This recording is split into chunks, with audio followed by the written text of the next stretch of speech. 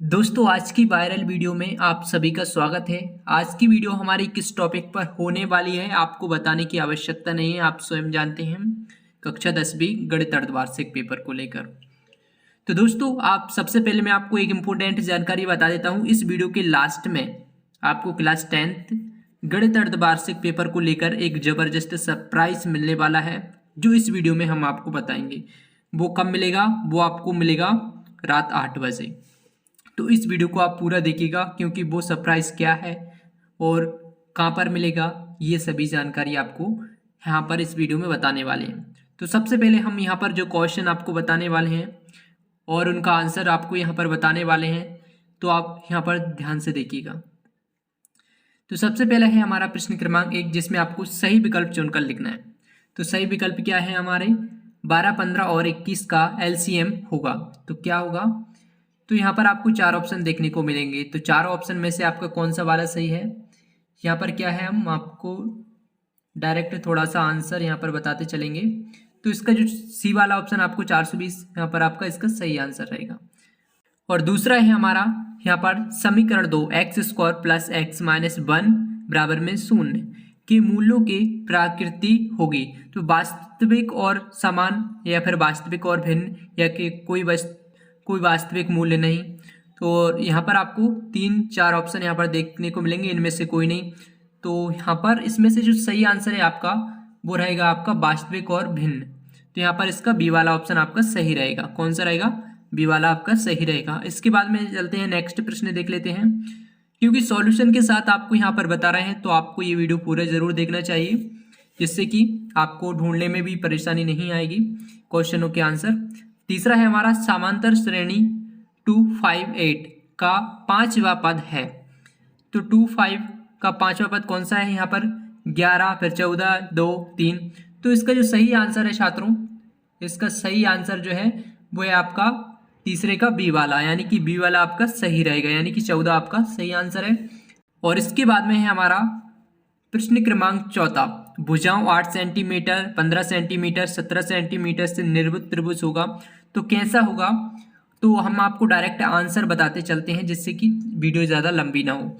तो इसका जो आंसर है इसका समकोण त्रिभुज, यानी कि ऑप्शन नंबर बी आपका समकोण त्रिभुज इसका सही आंसर रहेगा। इसके बाद में हमारा पांचवा है बिंदु 8, 6 और 0, 0 के बीच की दूरी होगी। तो यहाँ पर कितना होगा? √14 या फिर 10, या फिर 10 √10 या फिर 14। तो इसका 5वें का जो आंसर है वो है आपका 10। बी वाला ऑप्शन आपका सही रहेगा, ध्यान रखना है बी वाला आपका सही है। और इसके बाद में है हमारा 6वां वाला, एक वृत्त की परिधि और व्यास का अनुपात है। तो कितना है? इसका डी ऑप्शन आपका सही रहेगा, R/2। और इसके बाद में चलते हैं हम अगले प्रश्न की तरफ। तो वो है हमारा दूसरा, जिसमें आपको रिक्त स्थानों की पूर्ति करना है। तो 2 बहुपदों का गुणनफल 1 होता है। तो 2 बहुपदों का गुणनफल 1 होता है। तो इसके फिल इन द ब्लैंक्स में आपका क्या ऑप्शन भराएगा? तो इसका जो सही आंसर है वो है बहुपद होता है। तो 2 बहुपदों का गुणनफल 1 बहुपद होता है। तो यहाँ पर आपको बहुपद भर देना है। और इसके बाद में दूसरा है समीकरण 2x प्लस y बराबर में k में यदि x बराबर 2 और y बराबर 1 हो तो k का मान होगा। तो क्या होगा? तो इसमें आपको भरना है 5 होगा। तो इसमें आपको 5 भर देना है। और इसके बाद में तीसरा है, यदि एक रेखा किसी त्रिभुज की 2 भुजाओं को एक ही अनुपात में विभाजित करे तो कि वह तीसरी भुजा की होती है। कैसी होती है? समांतर होती है। तो यहाँ पर आपको समांतर आपका सही रहेगा, ये आपका गलत रहेगा, समांतर वाला आपका सही रहेगा। इसके बाद में चौथा बिंदु पुस्तक में है -5 -4 चतुर्थांश में है। तो छात्रों इसका यहाँ पर इसका आंसर क्या रहेगा चौथे वाले का? चलिए देख लेते हैं। चौथे वाले का आपका रहेगा तृतीय। तो यहाँ पर आपको तृतीय भरना है। और इसके बाद में है 5वां वाला, स्पर्श बिंदु से होकर जाने वाली त्रिज्या स्पर्श रेखा पर लंब होती है। तो इसमें आपको लंब भर देना है। और यहाँ पर 6वां वाला है, यदि वृत्त का क्षेत्रफल 4 पाई वर्ग सेंटीमीटर है तो उसकी त्रिज्या होगी, कितनी होगी? 2 सेंटीमीटर होती है। तो यहाँ पर आपको 2 सेंटीमीटर भर देना है। सिंपल सा यहाँ पर आपका फिल इन द ब्लैंक्स यानी कि जो रिक्त स्थान है वो सॉल्व हो चुके हैं। और इसके बाद में हमारा प्रश्न क्रमांक 3 सही जोड़ियां बनाइए। तो छात्रों सही जोड़ियां आपको किस प्रकार से मिलाना है ये हमने आपको वीडियो के डिस्क्रिप्शन में लिंक दे रखी है, तो वहां से आप देख लीजिएगा। सभी सही जोड़ियों का मिलान हमने बताया है। और इसके बाद में सत्य और असत्य देख लेते हैं। सत्य और असत्य दो संख्याओं का गुणनफल उनके एचसीएफ और एलसीएम के गुणनफल के बराबर होता है। तो फाइनली यहाँ पर दो संख्याओं का गुणनफल उनके एचसीएफ और एलसीएम के गुणनफल के बराबर होता है। तो इसमें ये सत्य है या फिर असत्य है, चलिए देख लेते हैं। ये बिल्कुल सत्य है। और दूसरा है हमारा n घात वाले बहुपद के अधिकतम n शून्यक होते हैं, तो दूसरा भी हमारा सत्य रहेगा। और तीसरा है हमारा थीटा के सभी मानों के लिए साइन थीटा बराबर में कॉस थीटा होता है, तो ये बिल्कुल असत्य है, इसको आपको गलत कर देना है। और इसके बाद में क्षैतिज तल से ऊपर की ओर देखने पर दृष्टि रेखा क्षैतिज रेखा के साथ अवगमन कोण बनाती है। तो यहाँ पर चौथा जो आपका है वो भी आपका असत्य रहेगा। इसके बाद में पांचवा है वृत्त को दो बिंदुओं पर प्रतिच्छेद करने वाली रेखा को छेदक रेखा कहते हैं, तो ये पांचवा वाला आपका सत्य रहेगा। छठवा है वृत्त की त्रिज्या उसके व्यास से बड़ी होती है, तो ये असत्य है, आपको पता होगा। और इसके बाद में है पांचवा वाला एक शब्द में या एक वाक्य में उत्तर लिखिए। तो यहाँ पर द्विघात समीकरण का मानक रूप लिखिए। तो यहाँ पर हमारा है द्विघात समीकरण का मानक रूप लिखिए। तो इसमें आपको क्या भरना है, क्या इसका एक वाक्य में उत्तर रहेगा। तो इसके सभी आंसर हमने लिख रखे हैं, क्योंकि अगर आपको ये मैथ है तो मैथ को थोड़ा सा हम पढ़कर नहीं बता सकते, क्योंकि उसको सॉल्व कर कर बता सकते हैं, इसलिए हमने आपके लिए पूरा सॉल्यूशन लिख रखा है। तो वो आपको कहाँ से देखना है, चलिए मैं आपको बता देता हूँ। यहाँ पर जो भी सभी क्वेश्चन है सभी का सॉल्यूशन मिल जाएगा। ये सवाल तो आपको खुद भी सॉल्व कर पाओगे, लेकिन ये सभी का सॉल्यूशन है आपको कहाँ से देखना है, क्योंकि मैथ है, इसको पढ़कर नहीं बताया जा सकता है, सॉल्व कर कर बताया जा सकता है। तो चलिए देख लेते हैं।